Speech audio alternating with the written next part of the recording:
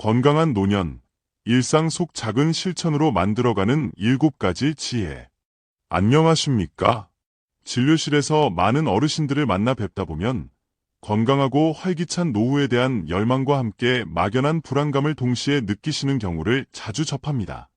젊었을 때 미리 건강을 챙겼더라면 하는 아쉬움 섞인 말씀을 들을 때면 안타까운 마음과 함께 지금이라도 건강한 생활 습관을 통해 삶의 질을 향상시킬 수 있다는 희망을 전해드리고 싶어집니다.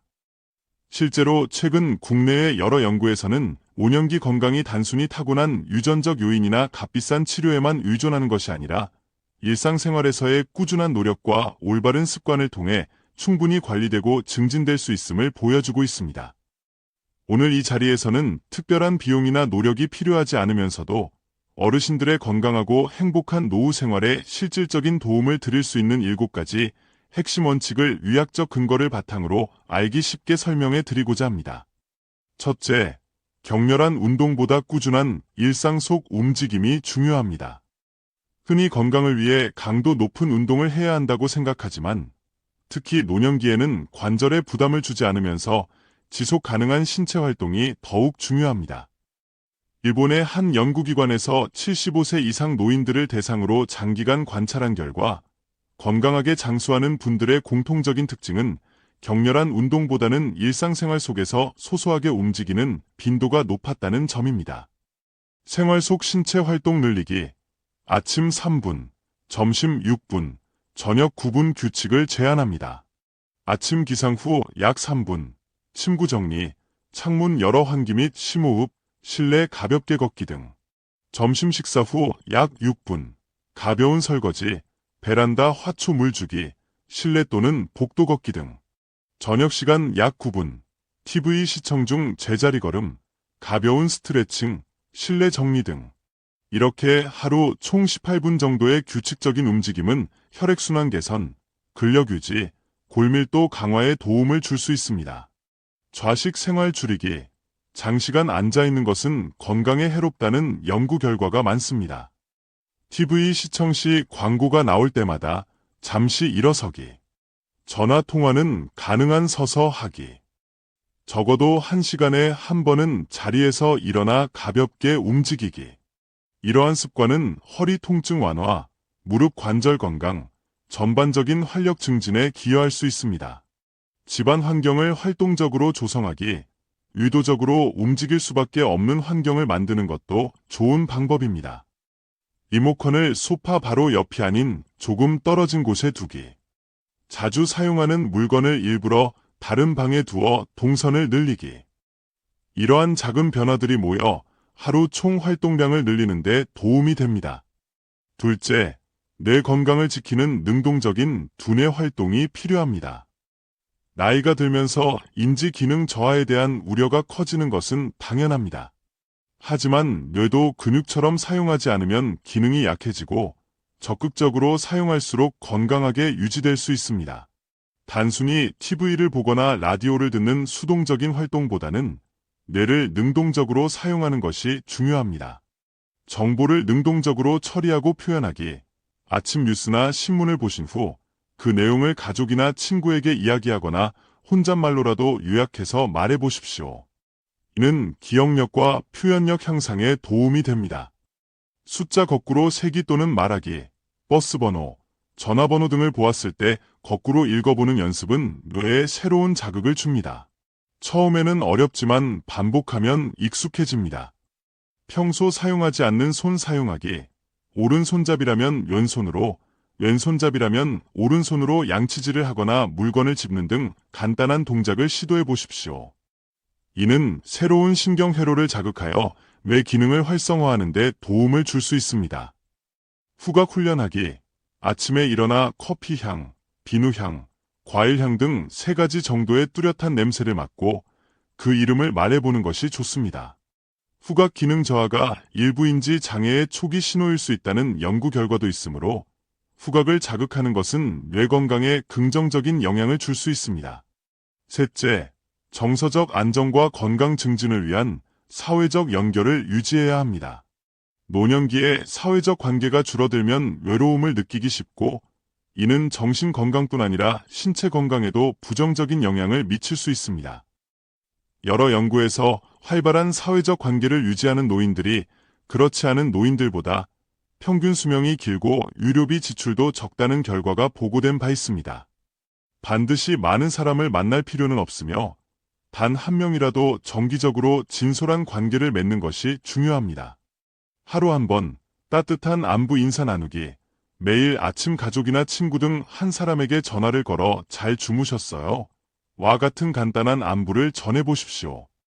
이는 하루를 긍정적으로 시작하는 데 도움이 됩니다. 주 1회 정기적인 만남 갖기, 특정 요일을 정해 이웃이나 친구와 함께 장을 보러 가거나 복지관 프로그램에 참여하는 등 규칙적인 만남을 가지는 것이 좋습니다. 자신의 경험과 지혜 나누기, 살아오신 소중한 경험과 지혜를 젊은 세대나 주변 사람들에게 들려주는 것은 자존감을 높이고 사회적 유대감을 강화하는 좋은 방법입니다.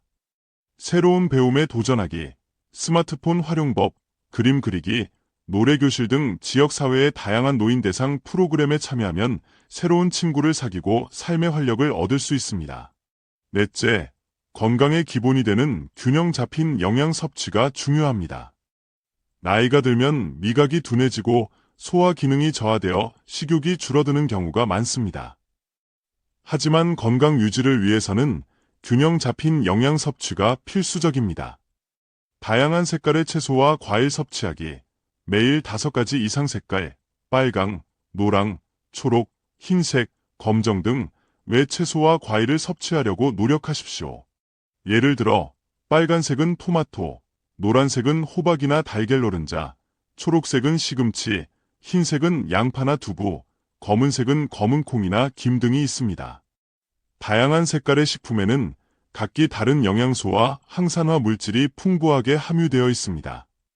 충분한 수분 섭취하기, 물은 신체 기능 유지에 필수적입니다. 한 번에 많이 마시기보다는 기상 직후, 각 식사 30분 전, 잠들기 전 등 일정한 간격을 두고 한 컵씩 나누어 마시는 것이 좋습니다. 소량씩 자주 섭취하기, 한 번에 많은 양을 소화하기 어려울 수 있으므로 하루 3끼 식사와 함께 오전, 오후 간식을 포함하여 총 4, 5회로 나누어 소량씩 섭취하는 것이 소화 부담을 줄이는 데 도움이 됩니다. 양질의 단백질 꾸준히 섭취하기, 근육량 감소를 예방하기 위해 매 끼니 두부, 생선, 살코기, 계란, 유제품, 콩류 등 양질의 단백질 식품을 포함하는 것이 중요합니다. 천천히 꾹꾹 씹어 먹기, 음식물을 20회 이상 충분히 씹어 삼키면 소화를 돕고 과식을 예방할 수 있습니다. 식사 중에는 TV 시청을 자제하고 음식의 맛과 향에 집중하는 것이 좋습니다. 다섯째, 낙상 등 사고 예방을 위한 안전한 주거 환경을 조성해야 합니다. 가정 내 안전사고, 특히 낙상은 노년기 건강에 심각한 위협이 될 수 있습니다. 통계에 따르면 노인 낙상의 상당수가 익숙한 집안에서 발생하며 이는 약간의 환경 개선만으로도 충분히 예방 가능합니다. 집안 조명 밝게 유지하기, 시력이 저하되는 노년기에는 집안을 전체적으로 밝게 유지하는 것이 중요합니다. 특히 화장실, 계단, 현관 등은 더욱 밝은 조명을 사용하고 야간에도 쉽게 켤 수 있도록 스위치 위치를 조절하거나 야광 스티커를 부착하는 것이 좋습니다. 미끄럼 방지 처리하기, 화장실 바닥, 욕조 안, 물기가 많은 주방 바닥 등에 미끄럼 방지 매트를 깔거나 미끄럼 방지 처리가 된 타일을 사용하는 것이 좋습니다. 욕실에는 안전 손잡이를 설치하는 것도 낙상 예방에 큰 도움이 됩니다. 이동 공간 확보하기, 가구나 물건들로 인해 이동 경로가 막히지 않도록 정리하고 바닥에 걸려 넘어질 수 있는 전선 등은 벽 쪽으로 안전하게 고정합니다. 자주 사용하는 물건은 손이 쉽게 닿는 곳에 두기, 허리를 숙이거나 발판을 사용해야 하는 높은 곳보다는 허리 높이 정도의 선반에 자주 쓰는 물건을 보관하는 것이 안전합니다. 현관과 주방에 의자 비치하기, 현관에 작은 의자를 두면 신발을 신거나 벗을 때 편리하고 안전합니다. 주방에도 잠시 앉아 쉴 수 있는 의자를 마련하면 조리 중 피로를 덜 수 있습니다. 적정 실내 온도 유지하기, 급격한 온도 변화는 건강에 부담을 줄 수 있으므로 실내 온도는 23에서 26도 사이로 적절히 유지하고 눈에 잘 보이는 곳에 온도계를 두어 확인하는 것이 좋습니다. 여섯째, 안정적인 노후를 위한 합리적인 지출 관리가 필요합니다. 경제적 안정은 5년기 삶의 질에 큰 영향을 미칩니다. 단순히 자산을 모으는 것만큼이나 중요한 것이 계획적인 지출 관리입니다. 예상치 못한 의료비 지출이나 생활비 부족은 큰 어려움으로 이어질 수 있습니다. 고정 지출 점검 및 절감 노력, 매달 정기적으로 나가는 보험료, 통신비, 관리비 등을 꼼꼼히 살펴보고 불필요하거나 과도한 지출은 없는지 점검하여 합리적으로 조정하는 것이 좋습니다. 비상자금 마련, 갑작스러운 질병이나 사고 등 예기치 못한 상황에 대비하여 일정 금액의 비상자금을 별도로 마련해두는 것이 중요합니다. 정부 및 지자체 지원 혜택 적극 활용, 만 65세 이상 어르신들을 위한 다양한 의료비 감면, 교통비 할인, 문화시설 이용 혜택 등이 있습니다. 관련 정보를 적극적으로 찾아보고 활용하면 생활비 절감에 도움이 될 수 있습니다. 일곱째, 삶의 만족도를 높이는 긍정적인 마음 관리가 중요합니다. 신체적 건강만큼이나 정신적 건강, 즉 마음의 평안함은 행복한 노후를 위한 핵심 요소입니다. 긍정적인 마음가짐은 스트레스를 완화하고 면역력을 높이는 데도 도움이 됩니다. 매일 감사한 일 떠올리기, 잠자리에 들기 전 그날 있었던 일 중 감사했던 일 한두 가지를 떠올리거나 간단히 기록해 보십시오.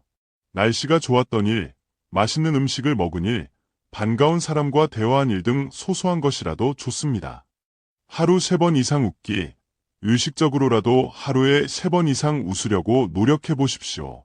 거울을 보고 미소 짓거나 재미있는 TV 프로그램을 보거나 손주들의 사진을 보며 웃는 것도 좋은 방법입니다. 웃음은 스트레스 호르몬 수치를 낮추고 엔도르핀 분비를 촉진합니다. 지나간 일과 미래에 대한 과도한 집착 내려놓기, 과거의 후회나 미래에 대한 막연한 불안감에 얽매이기보다는 현재의 삶에 집중하고 자녀들에게 지나친 기대를 하거나 서운함을 오래 담아두지 않으려는 노력이 필요합니다.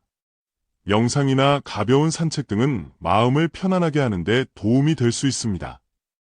지금까지 말씀드린 7가지 원칙들은 결코 어렵거나 특별한 것이 아닙니다. 오늘부터라도 한두 가지씩 천천히 실천해 나가신다면 분명 어르신들의 노후는 더욱 건강하고 활기차며 행복해질 수 있을 것입니다. 다만 오늘 제공된 정보는 일반적인 건강 증진을 위한 조언이며 개인의 건강 상태나 기저질환에 따라 적용 방법이 달라질 수 있습니다.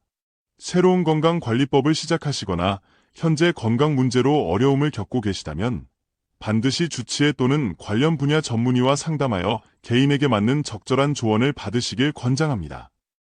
여러분의 건강하고 행복한 노년을 진심으로 응원합니다. 감사합니다.